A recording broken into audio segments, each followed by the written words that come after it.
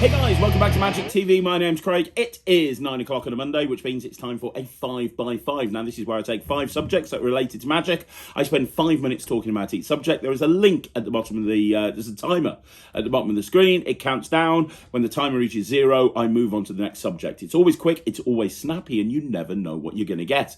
Now, today, I'm going to start off by going back to what we've been doing a lot of recently, which is live performances. So in the first segment, I'm going to do a live performance, show you a live performance at me at a gig, and then in the second segment I'm going to break it down, do a commentary track and talk about what I did, why I did it, and why I kind of went for the choices I did when I was actually performing the routines that I was performing. So hopefully this helps. A lot of people say to me that this is some of their favourite segments in the in Magic TV. So we're going to do that for you in the first 2 segments, but we've got a whole bunch of stuff lined up as well. So without further ado, let's get into this week's 5x5. I need someone to come up and help me with this.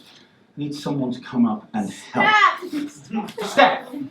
Oh, I remember Steph from earlier on. Yeah, Steph was wonderful. Where's Steph? Steph, are you in this show? Oh, whose birthday is it? Steph's birthday. Of course it's Steph's birthday. Steph, come on up. Everyone's going to give Steph a big, massive round of applause.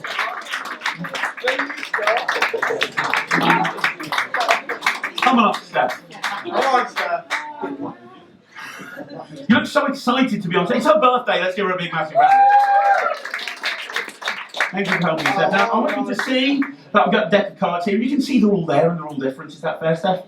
Now, I know from earlier on, me and Steph met in the bar earlier. Not like that. But we did meet in the bar. And Steph, I saw you're a really good shuffler. Would you like to shuffle the cards again?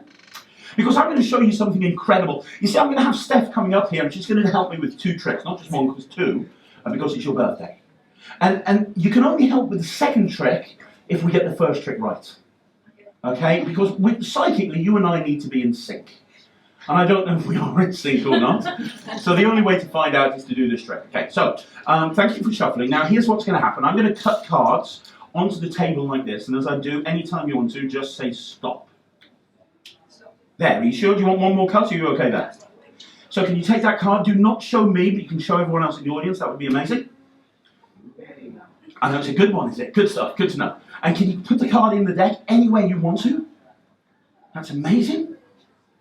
And then right near the bottom. And then carry on shuffling. Give them another mix-up. I'm going to get the box. You do that so well. I mean, you could just watch this for the next 15 minutes. We're going to put the cards. Would you agree, Steph, that I could not possibly know what your card is, and I could not possibly know where it is? Would you agree? Now, guys, I have something over here. I have somewhere in one of these. Here, hang on. I have an elastic band. Would you like to check that out? Make sure there's no holes or trapdoors or secret compartments. Is that okay? Very good. I'm going to wrap the elastic band around the deck so that there's no way I can cheat. And you're going to hold that in between your hands, just like that. Now, guys, this whole thing relies on your imagination. Do you have a good imagination? Steph, sit down.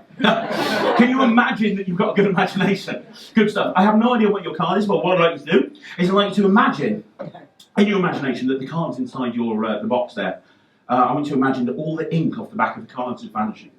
The ink is slowly just dripping away, leaving nothing but white backs. Then I want you to, other than one card, now I want you to imagine that all of the faces of the cards come running off as well, and they all go dripping down, all the reds and all the blacks and all the yellow. Every single colour comes dripping off those cards, leaving a completely blank deck of cards that's blank on both sides, except for one card. And that's the card that you looked at, that you shuffled into the pack. Now I want you to imagine that you're looking at all these cards, and you're looking at them here, and there's blank cards everywhere, there's blank cards on this side, blank cards on that side, and somewhere in the middle of that deck, there's your card. Your card that you picked, and it's the only one printed now in that deck. And it's right there, somewhere in the middle. In your imagination, what position is that card in? There's 52 cards in the deck. In your imagination, where is that card? 47. That will take a long time to deal, and I've only got a few minutes left. Let's go somewhere in the middle. 15. 15. Are you sure? Because that's my IQ. Are you sure? Now let's see if this has worked. Because you picked any card. You've been holding these in your hand the whole time. I've been nowhere near them. And if your imagination really has worked, when I take these out of the box, we see that the top of the cards and the back of the cards are completely and totally blank. And you just did a double take there. That's very nice. That was wonderful. But not only that, but you imagined that it was in the 15th position, didn't you? You're not going to believe this. Can you guys see the deck and can you see the mat? I'm going to deal 15 cards onto the table. Okay? And I'm going to turn each one face up so you can see the blank on both sides. 1, 2, 3, 4, 5, 6, 7, 8. You said 15, right?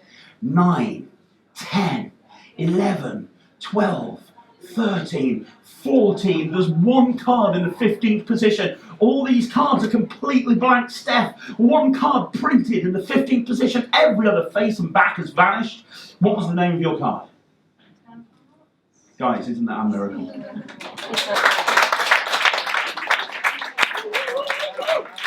Steph, you did an amazing job. Let's give Steph a big massive round of applause. Thank you so much for helping me. Okay, so this live performance was shot at the Smoke and Mirrors Theatre in Bristol, which is, in my opinion, the best magic bar stroke magic venue in the whole of the UK. And this was, I think, the penultimate effect before the end of my set. And Smoke and Mirrors is a fantastic venue, but you've got to keep things moving. They're expecting comedy and magic, and this routine's perfect for that. So the idea of this routine is that you bring somebody up on stage. Now, interestingly, this girl here, Steph, actually performed for her and her partner in the bar. I didn't realise that until obviously people said it was her birthday. Now, the important thing here is, especially when performing on stage, you keep things moving as quickly as possible. Now, notice I palm the card off. Now, the card is currently palmed. I see a lot of magicians that feel guilty when they palm a card. Now, you don't have to palm a card in this routine. I could give it a full shuffle and go straight into the force. But in all honesty with you, I find it a lot better when I do give the spectator the deck to shuffle. Now, the important thing here is when you palm a card, I see a lot of magicians acting guilty, putting their hand behind their back, and just telegraphing what they've done. The key thing is to just drop your hand naturally down to your side. Don't worry about anything. Get eye contact with the audience and just focus their attention on something else. And every time I do a force, if you palm the card off and you give them the deck to shuffle, it becomes so much better. It really does. So the nice thing about this particular routine with the quantum deck is that the deck can thoroughly be shuffled, because obviously we're using a force card. The deck can be shuffled, the card can be shuffled into the deck, which is really nice. Now, it's here that I'm doing the deck switch. And the important thing I want you to note here is the choreography behind that switch. And I'm going to spend a few seconds talking about this, because I think a lot of magicians, they're looking for the ultimate deck switch, and they look for really expensive devices to do it. In all honesty, for me, the best deck switch I've ever seen or ever used is what I just did there, where I just put my hand in my pocket, switch the object. But the important thing is you have to justify going into your pocket. So in this case, I'm looking for an elastic band. You tell them why you're going into your pocket beforehand. Both hands go into the pocket. You want to bring the thing that you're looking for out first. It should look like you're just searching around in your pockets. You bring the thing that you're looking out for out first, in which case is an elastic band in this case. That focuses their attention there, and then you bring the other thing out, and it doesn't feel like it's left their point of view at all. Also notice that I did a body turn when I did the deck switch. So I turned my entire left side away from the audience so that it was completely out of their point of view. I guarantee you there's not a single person in this audience that suspects or even detects that there is a card that I've switched the deck at this point. Anyway, back to the routine. So the deck switch has been done. The cards are now in the hand. This is all presentation.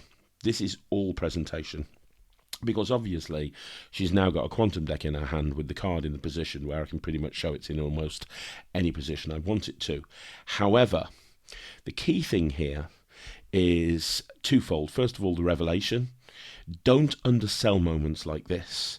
I see a lot of people that have done this routine, and what they do is they go straight for the card at the position that they name, and they gloss over the fact that the cards have turned blank. This is an incredible moment for a layperson. The deck that they shuffled is now completely and totally blank. Now notice when Steph names a number, she goes for 47. which is completely out of range. Now, on the quantum deck tutorial, I explain what to do if you go out of range, and there's lots of ways that you can do it. In this case, because I'm on stage, the easiest way to do it is just verbally shift them into range. I just say, hey, I've got to deal through these cards, I haven't got much time left, give me a lower number. Nobody is going to think I'm doing anything dodgy there. Nobody's going to think, hang on a second.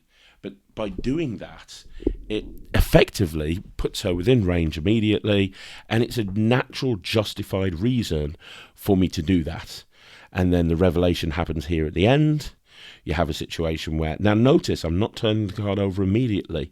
You want to build, whenever you're performing on stage, you need to build up each individual moment. That's really important. Then, obviously, she gets the card, she goes back to her seat, and that's the end of the routine. Now, if you own the quantum deck, this is my favourite routine with the quantum deck. It always has been. I perform this on stage, I perform this close up. It's a wonderful routine to perform, because the card appearing at the number they name is just the icing on the cake. That is not the effect. The effect is that the entire deck turns blank. And it's just a really strong moment that happens in the hands of the spectators. So if you're gonna take anything away from this commentary, take away the fact that you don't have to look for really expensive ways to do a deck switch. You can do a deck switch that nobody will suspect just by justifying going into your pocket for another object. So if you're having to do a deck switch in your act and you're trying to figure out a way of doing it, think of a reason why you can go into your pocket. Like in that routine, for example, I didn't need to go in for an elastic band. It didn't need to have an elastic band wrapped around the deck. I could have just put the deck in between the spectator's hands. But bringing out an elastic band is a plausible thing to do, and it allows the deck switch to happen. So think about what you can do to allow you to go into your pockets, because that really is the easiest way to switch any deck of cards in any routine. Okay, guys, so I want to do a book review. I'm going to start doing a lot more book reviews on the channel, and today I want to be looking at Certified Mentalism, Practical Effects for the Real World by Paul Brook. Now, I will be honest with you, I know Paul Brook really well. This will be a completely honest, impartial review, but I do know Paul really well, and he actually gifted me this book. He actually put at the beginning, to Craig, you're doing such a wonderful job for the magic community. Thanks so much. My wind is in your sails. Really nice guy. I think that Paul is one of the best mentalists on the planet. And this book is so well put together. First of all, it's a really nice hardback book. Second of all, when you flick through it, you can see that it's really well illustrated. I like the illustrations. They're kind of photos, but not. It's almost like they're chalk drawings. I think they're amazing. And here's the thing. Paul's material is super commercial. And when I say super commercial, I mean super commercial. It's designed to be done to real people in the real world, which is why it says practical effects for the real world. You read some books and you think, okay, well, this is just pipe dreams, or this is something that you've just come up with. But with Paul's material, it's stuff that really works. Now, there are, I don't know how many routines there are. There's probably quite a few. I don't know exactly how many. There are some fantastic routines. I'm just trying, 22. There's 22 routines altogether. And I've played around with quite a few of them. I haven't made them all up yet, but there's one routine. I want to highlight one routine to you, which is, for my money, worth the price of the book itself. And it is absolutely incredible. And as soon as I saw it, I had this made up for myself. And it is worth the weight in gold. Whether you're a magician or a mentalist, this is well worth kind of going to the effort to actually make up. A lot of the stuff that's in the book, you can make it up immediately, like immediately. This particular routine, it'll involve you getting a few bits and pieces, but, it's not out of the realm of anybody. And it's called Sharp Prediction. It's routine number 1 in the book. And telling you about this routine also allows me to tell you how the book is written, because it's really well. First of all, you have kind of a paragraph that kind of synopsizes what the purpose of the routine is. And then it talks to you in the next sort of half a page about the history behind the effect, and when he created it, and so on and so forth. And then he has this section called In Performance. And what's really nice is it's almost like written like a script with what the performer is saying versus what the spectator is doing, and so on and so forth. And it breaks down the whole performance. You can actually really kind of vividly imagine it in your head, and then it goes into reality, which is all about what it is that you're doing. Really, it talks about what's actually happening, and then how to do it, and then there's additional thoughts at the end, and so on and so forth. So what this routine is it's basically a drawing duplication, or it's something that you can add to a drawing duplication if you're using like an influence presentation, like a lot of magicians and mentalists do. It allows you to really kind of drive home the influence presentation to a drawing duplication. So in effect, you give somebody a business card and you ask them to draw a simple object. Just a simple drawing, right? And there's no force on this. You just say, draw a simple drawing, and you give them a Sharpie marker, you give them a business card, whatever you want to do, you draw it. And, you can use whatever method you want to do the drawing duplication. The beautiful thing is when you've drawn it, so, when you've actually drawn, so they make their drawing, they hold on to it, you take another business card, you do whatever presentation you want to do. When you're doing a drawing duplication, you turn around and you show it matches, but then you tell them that they were influenced, and they're going to say, no, I wasn't. I had a free choice. No, you're influenced. Did you feel influenced? No. And then they look at the pen that they've been holding from the very beginning, the pen that they actually used to do the drawing. And let's say they drew a flower. It actually says on the pen, rather than the Sharpie logo, it says, draw a flower. And they look at the pen and it says draw a flower, and it's absolutely incredible. I have done this a few times and it hits really hard. I'll be doing a live performance of this on the channel very soon, so look out for it, but it is really, really good. Everything is great in this book. There's even a variation on the old grey elephants in Denmark, which is perfect. I'm going to give this 100%. If you're looking for a brilliant book with some real world material that hits and hits hard, this is what you want to go for. Certified Mentalism by Brook. It's absolutely brilliant. Okay, so if you've watched any of my videos about Blackpool, and I've talked about Blackpool quite a lot over the last couple of weeks, you'll know that one of the highlights of my convention was meeting Kim Andersen and seeing him perform shrapnel and some of his coin material, and just an incredible guy, Well, off the back of being at Blackpool, I have arranged an interview with Kim, and it's going to be happening this Saturday on Talk Magic. So this Saturday on Talk Magic, in just a few days' time, it's going to be an interview with the legend that is Kim Andersen, who is setting the magic world on fire right now with his release of Shrapnel. I wanted to give you guys a sneak peek of what's happening in this interview. So I'm going to play a little excerpt of the interview. But the full interview is dropping on Saturday, so I'm super excited that Kim found time to actually do this for me. And here is a sneak peek of the Kim Andersen interview that's coming Saturday right here on Magic TV. When we ended up at Fism in Rimini in Italy, I got these coins, the super strong magnetic half dollars that are now included in the Silver Edge sets when you get that.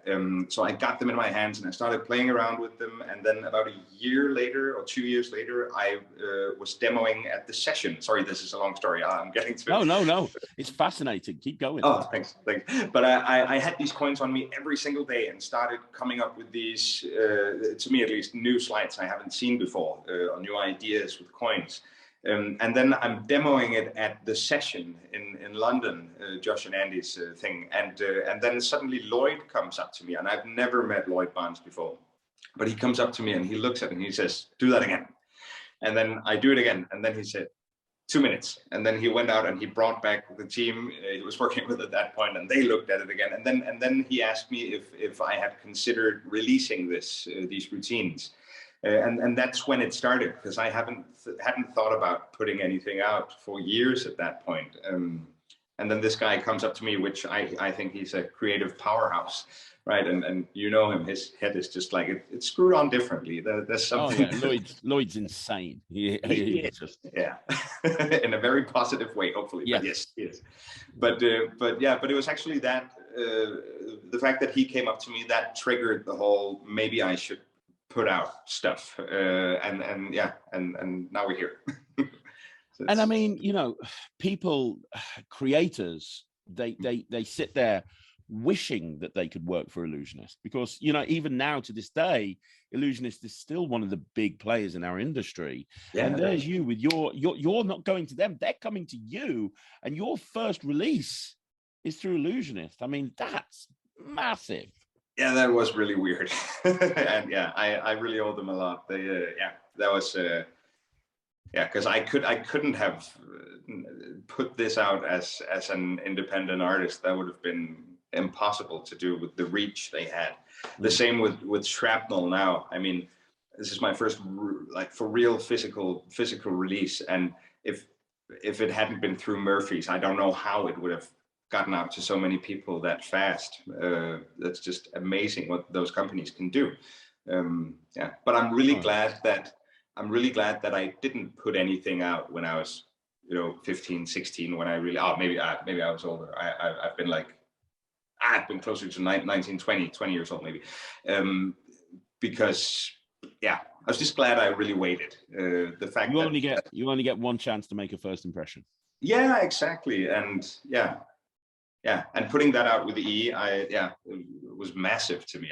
And they made a really big deal of Silver Edge, rightfully so. Yeah, I mean, it was one of their big hits of that year.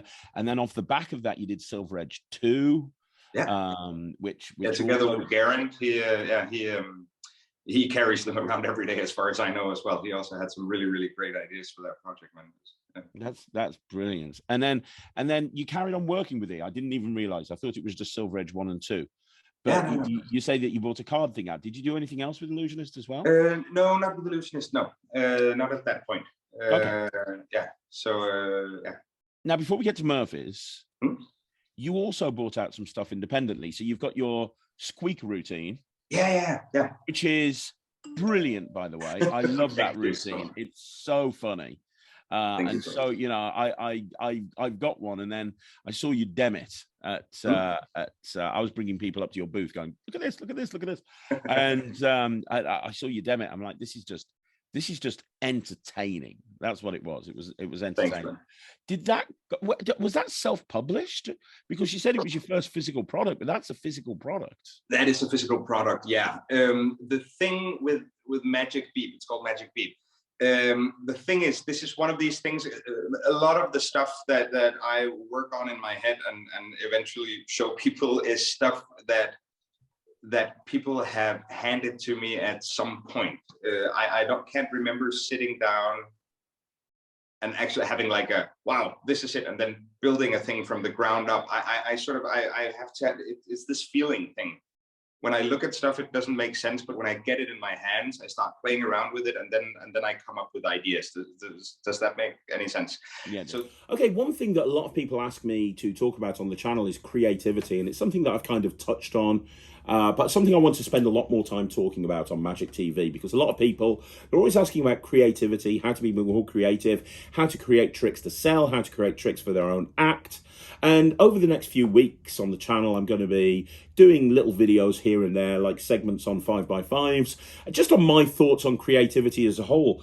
And one thing that I try to do, and I've got some coins here to illustrate this, is when I'm trying to create a trick or I'm trying to create a routine and I just don't have anything or no ideas or no inspiration, one thing that I try to do is I try to think about existing moves and how I can use those moves in a totally different way. So for example, if you don't know, there's a move in Magic called Spellbound. And it's a coin magic move, and what it allows you to do is change one coin to the other. Without getting too exposy here, you start off with one coin in finger palm, you start off with the other coin here, and there's various different ways of doing it, but you can rub a silver coin and make it turn into a Chinese coin, then rub and have it turn back. You can rub it again and have it turn back. You can rub it this way and have it turn back. There's lots of different ways of actually changing that coin, and in essence what you're doing is you're just switching one coin for another in a really visual way. Well, Spellbound is the perfect example, because 9 times out of 10, that's how people use Spellbound. It's like, look, I've got a Chinese coin, now it's a silver coin, and that's what they do. But think about how you can use existing moves, not just coin moves, but think about how you can use existing moves with coins or cards or whatever it may be. Maybe there's a move that you do well. Think about how you can actually take that move and use it for something completely different. And I'll give you a couple of examples. So I've published a routine and I've put it here on Magic TV, on a Magic Live, where you have a Bitcoin go into a coin case and then come out of a coin case. Well, that uses a spellbound move. What you have is you have a coin in a coin case, you have a coin outside of a coin case and an empty case, and you're just using spellbound moves to actually switch it. So now, rather than a coin changing from one coin into another coin, the same move now allows you to make it look like you're penetrating one coin into the other. On my DVD parlor years ago, which came out through World Magic Shop, I put a routine on there called Splitting the Atom, which again uses a series of spellbound moves, but it uses them to split $1 into two $half. So if you've got two $half that you've palmed, for example, and then you've got a silver dollar, I can show a silver dollar and I can rub it and pull it and have it turn into two $half, like I'm splitting it. I can take the two $half, squeeze them and turn them back into $1, and I can go back and forth. I can do like a Derek Dingle style bounce change and turn them visually in midair. I can do a normal sort of spellbound change. I can do a soul stone type change. I can do any sort of changes that I want to change those two coins into the one coin. Now, what we're doing here, in essence, is we're using the exact same moves. We're using spellbound moves. So if I had, for example, two $half here and a silver dollar here, and I show the silver dollar, and then I do this. Oh, no, I don't do that because that's terrible. Let's try that again. If I show the silver dollar here and I come over here and do this, and now it's two $half, and then I do this and I squish them together and now it's a silver dollar, and then I pull them apart again and it's two $half. In essence, what I'm doing there is I'm just doing three spellbound moves, one after another after another. But the effect on the spectators is completely different. The effect on the spectators isn't that I'm changing one coin into another, it's that I'm taking a big $half and turning it into two $half.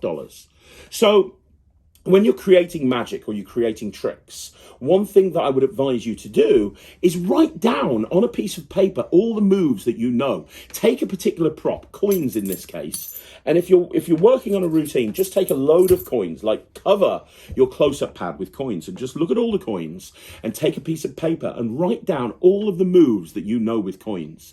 What are the coin switches you know? What are the coin vanishes you know? What are the coin productions you know? What are the utility slides with coins that you know? Write all of these down, right? So you've got a whole bunch of different moves you're looking at, and you've got a whole bunch of different coins, and then pick coins up and go, right, okay, spellbound, right? So spellbound, that's a spellbound move. Okay, now how can I use that spellbound move in a different way? Well, hang on, maybe if instead of using a coin, I used a card, I could make a card turn into a coin. Or maybe I could use a polo mint and I could make a coin turn into a polo mint. Okay, but where would the coin go? Maybe the coin will go into the polos then. Maybe it's a signed coin and I'm making a signed coin go into some polos and it's changing places with the polo that's in there. And before you know it, what's going to happen is you're going to have all of this inspiration in front of you and you're going to have all this list of moves, and you just start thinking out of the box and you think about how you can apply all of this stuff in a different way. So let me know in the comments down below if you want me to do more videos like this on creativity. I don't want to do a big 30-40 minute video, but if you want me to start talking on the 5x5s about little tips on creativity that help me when I'm creating magic, then let me know in the comments down below and I'll do it. But I'm only going to do it if you guys want to see this. Remember, this channel is all about making sure that I'm delivering the content that you want. So, you know, would you like to see more stuff about creativity and how I specifically create magic? Because if you do, let me know in the comments down below. Okay, guys, so that's it. That is another 5x5 in the bag, as Ryland would say. Thank you once again for joining us right here on Magic TV. It's very important to me that you let me know what you think in the comments down below. And also, if you want to see more videos like this, like the video, subscribe to the channel, leave a comment down below. I love the 5x5s. They are some of my favourite videos of the week, so make sure that you keep checking them out. And also, don't forget, we've got episode 2 of our new video series, Wednesday night at 9 o'clock. It's going to be episode 2 of Hidden Gems, so you can check that out. Outside of that, I'm going to be back tomorrow with 3 videos. One at 2, it's going to be a shorts. One at 6, it's going to be a Magic Live. And at 9 o'clock, I'm going to be here with a Talk Magic interview. Lots coming up here on Magic TV, so I'll see you soon. My name's Craig from Magic TV.